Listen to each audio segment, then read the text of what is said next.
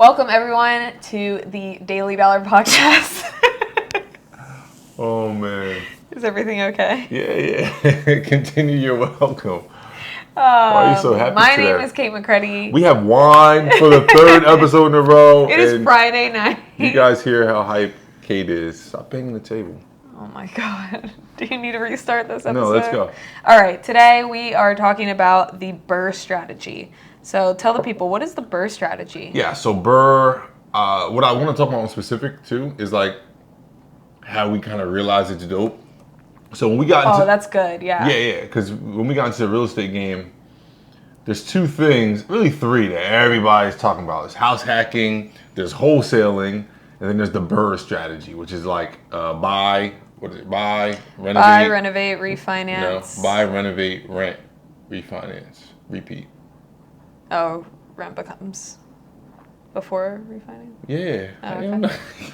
This thing trips you up every time. Buy, I'm not good with the acronyms. Rent, and then refinance. Because it's like a 2-year process.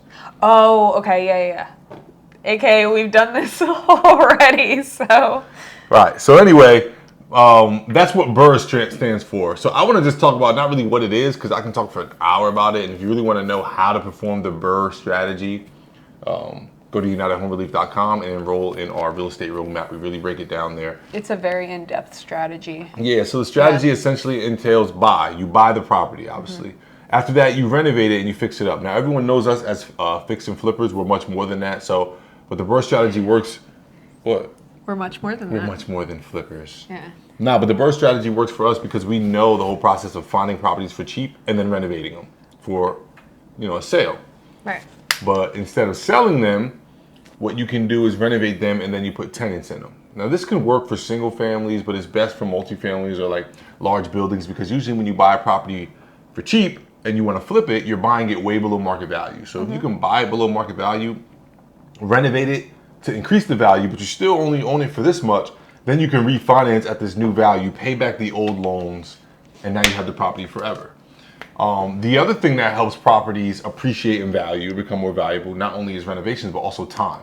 Mm-hmm. So the BRRRR strategy, which is buy, renovate, we just went over those, rent. This is how you make money for that time. So if I get a 2-year loan where they're gonna give me construction and they're gonna give me hard money to buy it, now I essentially, buy property cheap, fix it up, and I use the whole 2 years of that loan by renting it out. I put a tenant in it.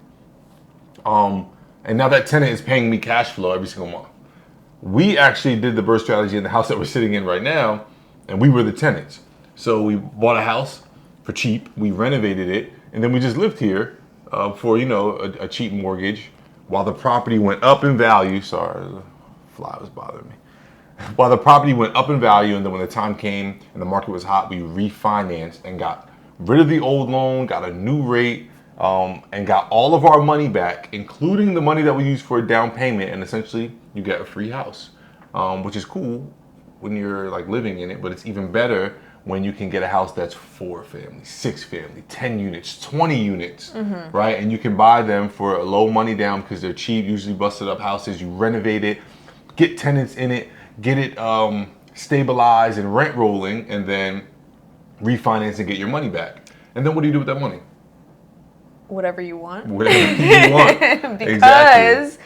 There's no capital gains on it. No capital gains when you refinance. When you sell a property, especially less than a year, you're going to get hit with some heavy taxes, which we know from experience. Yeah. But when you refinance, it's untaxed income. But traditionally, the R in BRRRR, the last R is repeat. Repeat, So yes. yeah, you can do whatever you want. But what we like to do is repeat and jump right into do another whatever property. we want. No, but the money. What money do you do whatever you want with? It's not that money. Is this a trick question? No. What money do I do whatever I want with? In the BRRRR strategy, what's the money for you to go buy a Wraith? The rent. The rent. The rent money. Yeah, Hell man, yeah. every time we talk about the BRRRR, it's like you forget you're good at real estate. But like, to be fair, we've had properties that we were flipping, and there's obviously nobody living in there, and we've had the thought, okay, what if we just refinance this property and rent it out? So the refinance, when I was confused, can come before rent. Those are single family 1-year fix and flip loans. loans. So let's not confuse the people. They're different loans. It's a whole different type of, like Sorry, I said. I'm not trying to confuse. So you guys see, it gets really complicated though. Like the strategy can get complicated. So this episode isn't to teach you the strategy, but what I wanted to talk about was how every real estate guru or Instagram person is talking about the BRRRR strategy. BRRRR, BRRRR, BRRRR. You go in bigger pockets. BRRRR, BRRRR, BRRRR. It's like a Gucci Mane concert. I think they came up with it. Anyways. Bigger pockets did? Yeah. That makes sense. Yeah, somebody had to come up with it, but everyone's using it and reteaching it. So we see it everywhere, along with house hacking, which is where you live in one side and you rent out the other. What's the other one? Wholesaling, right? Buying and flipping houses with no money down, right? You put it under contract and then you sell the contract instead of selling the house and you make a fee. All of these oversimplified strategies, I won't say we was hating on it, but it was kind of like, all right, we're going to flip these houses. We're going to buy these multifamilies. It seemed very gimmicky until we finally did one. And it's like, all right, wait. Yeah, our minds were. It was like that emoji with the explosion on the top of the head. It was like, very aggressive emoji. This is what they've been talking about, and this is why it's so huge. Yeah. Because you spend money on a house, you fix it up with the bank's money, you rent it out, you make a lot of your money back, but then you refinance and you make all the rest of your money back plus some more you can pocket. Because not to mention, when you refinance, like I'll give you guys an example. If a house costs $100K and then it needs $100K of work, that's $200K, and then it's worth now $400K. So that means you're gonna make all of your money back plus an extra $125,000 to go in your pocket. Now your mortgage is gonna be higher because now you have a mortgage on $400K instead of $100K, but you don't care because you have tenants in there paying rent, and obviously you want to charge them more than you're charging, or more than the bank is charging you for a mortgage, and that's called cash flow. This is why rents are always higher than mortgages. Yeah, that's why rent is always higher. Yeah, because I mean, listen, people, we gotta get paid for all this strategy that we're putting into these houses. Well, if I spend 2 years stabilizing a property, you're not about to move in and pay me less than I'm paying in the mortgage. And you're allowing somebody a place to stay without putting up a Any lot down of payment, a lot of the down payment, even sometimes credit, but now we're getting into credit checks and stuff. But yeah, and it's cool because the BRRRR strategy is huge for us because we flip houses with other people's money, meaning like we leverage banks' money, we leverage our credit and credit cards, we leverage partners, we syndicate deals. So now if you syndicate deals and then you perform the BRRRR strategy, everybody's paid back. Right? All the equity goes to you. The cash flow goes to you. The deal is done. It's like you flipped it, but you get to keep it at the end. It's such a cheat code. Yeah, it's such a cheat code, which is why everybody's pushing it. Now, how do you access this cheat code? Because obviously, if it's this good, why doesn't everybody do it? Because they don't know the strategy. Yeah, everybody knows the strategy. They teach it a lot. Why? What is the key? The willingness to do it. No. What is the key to being able to do the BRRRR strategy? Why can't we do the BRRRR strategy on Marlboro? Oh, because there's not always enough equity to refinance. So what's the secret sauce to doing a BRRRR strategy? Finding a property. Finding the property. Yeah, finding cheap properties. Yeah. Anyone can find properties. Anyone can find properties below market value. Right, yeah. But you got to find cheap properties, and we've been blessed enough to find, not all of them, but 2 or 3 properties that were extremely cheap. And go ahead. No, I was just going to say, you have said from time to time, it's getting a free house. And I think that's something major, or at least a way to put it that's very major. It's literally a free house if you use other people's money. But I mean, even if you use your own money, you're getting all your money back. Yeah. Free house. Yeah, it's literally just like a reimbursement. What is it called when you get like a toaster? A rebate. Yeah, a rebate. Yeah, word. I'm about to start using that. Yeah, so. Buy houses with $20,000 rebate. Buy now. Yeah, we're about to start using that. Rebate. So that's the BRRRR strategy in a nutshell. But yeah. Don't knock it till you try it. Moral of that story.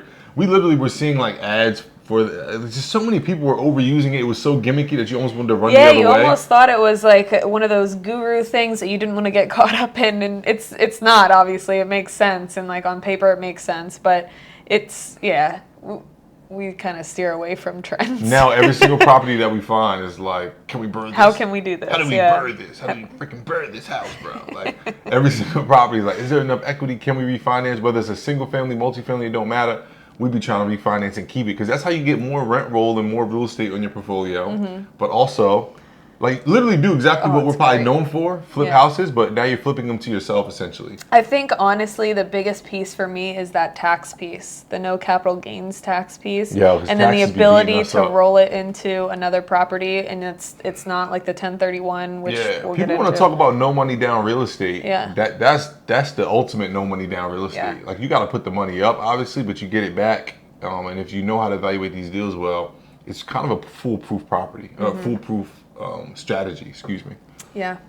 So anyway, So that's a BRRRR. BRRRR strategy, go do it. And if you want to learn more, and if We're this was adding- over your head, then We're adding a seventh R to the BRRRR what is that? rebate. Rebate. Word. That's funny. BRRRR. Yeah. Yeah.